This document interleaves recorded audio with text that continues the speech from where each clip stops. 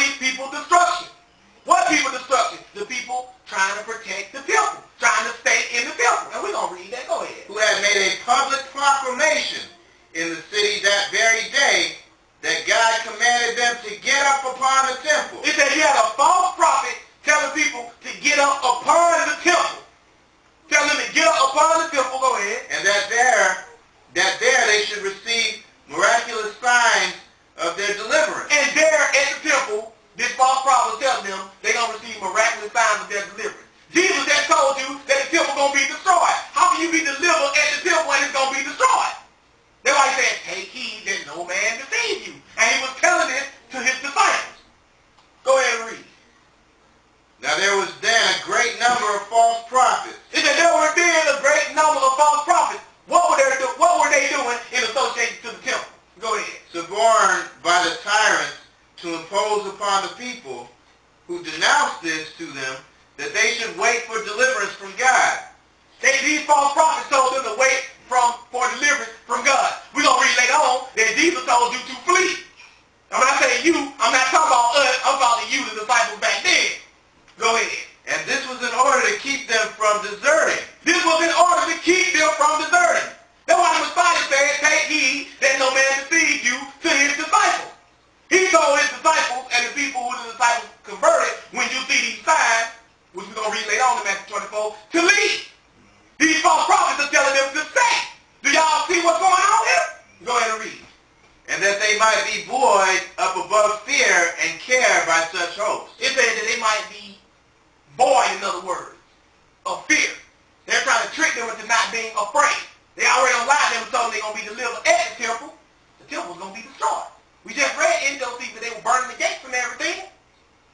But go ahead and read. Now a man that is in adversity does easily comply with such promises. Okay, that's good. But now, let's move on. But now we have shown you the historical fulfillment of that. The false prophets in association with the destruction of the temple. Now let's move on. Let's go back to Matthew 24. And pick up in verse 6, because they love to use this one. All of this that you're reading in Matthew 24 are signs regarding the destruction of the temple and Jerusalem. If none of these signs that you are reading is associated with the destruction of the temple and Jerusalem, which occurred in 70 AD, then you are reading Matthew 24 completely out of context. Because that's what they asked him in Mark, and that's what they asked him in Luke, and Matthew has to be saying the same thing, just in a different way, which we're going to prove, which is, when shall the temple be destroyed, and what shall be the sign that is about to be destroyed? And he just gave you one. First of all, it's going to be false prophets. Doing what? It got to be related to the temple, because that's what we're talking about. We just seen it. Telling you to stay at the temple. God's going to deliver you at the temple. We see the historical fulfillment of that, and we're going to show you the historical fulfillment of it all. Matthew 24, pick it up in verse 6. Go ahead and read.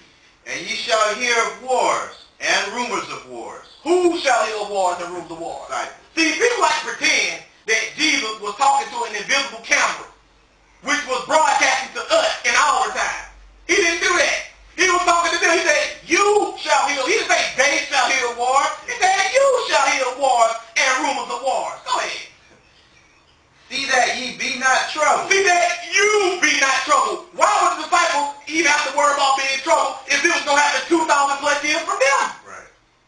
You think I'm concerned about something going to happen 2,000 years down the line? When I know the average lifespan of a human being is 70 to 80 years? Let's not even factor in how crazy this world is and somebody just take you out. Come on now. He said, see that you be not troubled. He tells them not to be troubled because apparently this stuff could happen in their lifetime. Which it can. Go ahead and read. For all these things must come to pass, but the end is not yet. He said all these things must come to pass, but the end is not yet. They try to take this out of context. He wars and rumors of wars. Go back and read the history. Every time some war jumped out, you had some religious fanatic jumping up. Matthew 24 about to be fulfilled. The seven-day Adventist and the whole witness had a field day in the early 1900s with all this stuff. But this is not talking about anything. World War I came. Oh, Matthew 24. World War II came. Matthew 24.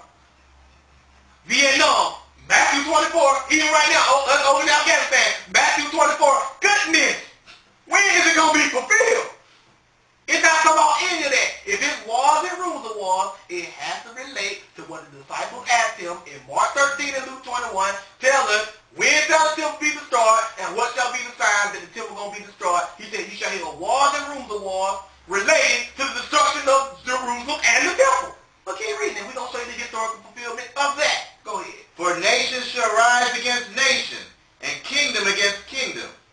And there shall be famines and pestilences and earthquakes in divers places. Right? Go ahead. All these are the beginning of sorrow. He said all these are the beginning of sorrow. We're going to look at all of that. First, let's look at these wars and rumors of wars. Let's go to Josephus again. The book of wars, ironically called the book of wars. Dead giveaway. Same time period. War 4.9.2. People want to take Matthew 24 and universalize it. It's not talking about you. I'm sorry if you feel a little left out. But it's not talking about you. It's talking about people that lived during the Messiah's time and people that were born shortly thereafter. It's not talking about you. War 4.9.2. Show you another historical fulfillment of this in paragraph 491. 4.9.2. Paragraph 491.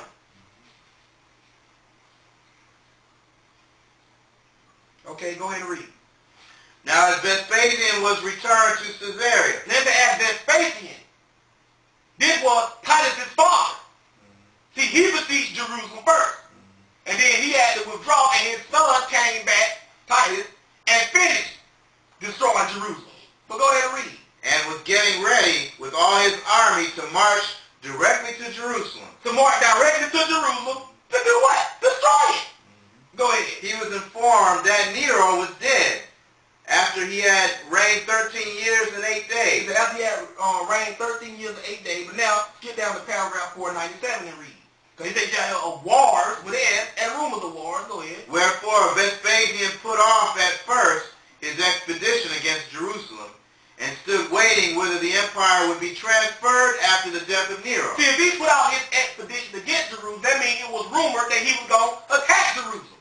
See, a rumor means there's news going around that's something about to happen. If this guy is besieging Jerusalem, that's the rumor of it. When he actually does it, he's going to be wars and rumors of wars.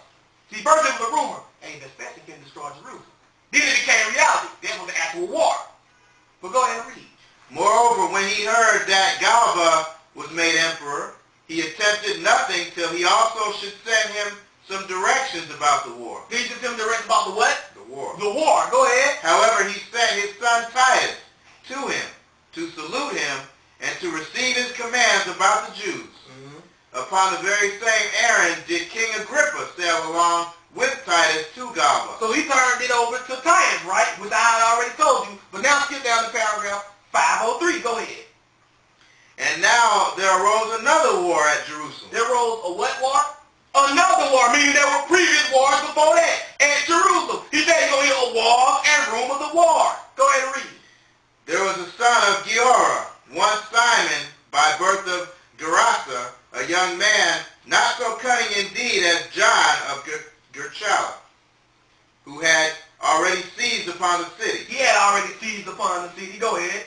But superior in strength of body and courage, on which account, when he had been driven away from that Acrobatine to Parchi, which he once had by Ananus the high priest, became to those robbers who had seized upon Messiah. So you had all these wars. That's why Josephus has a book called the Book of Wars. And all of them concern the destruction of Jerusalem. He said, you shall hear of wars and rumors of wars pertaining to what? When shall these things be? The destruction of the temple and Jerusalem, and what shall be the sign that these things don't come to pass? He's giving you the sign. They're going to be wars and rumors of wars. There were dozens of wars going on in Jerusalem before it was finally destroyed. Dozens of them. This has historically been fulfilled. This is not talking about no World War I, World War II, Vietnam, us over there right now in the Middle East, the American soldiers.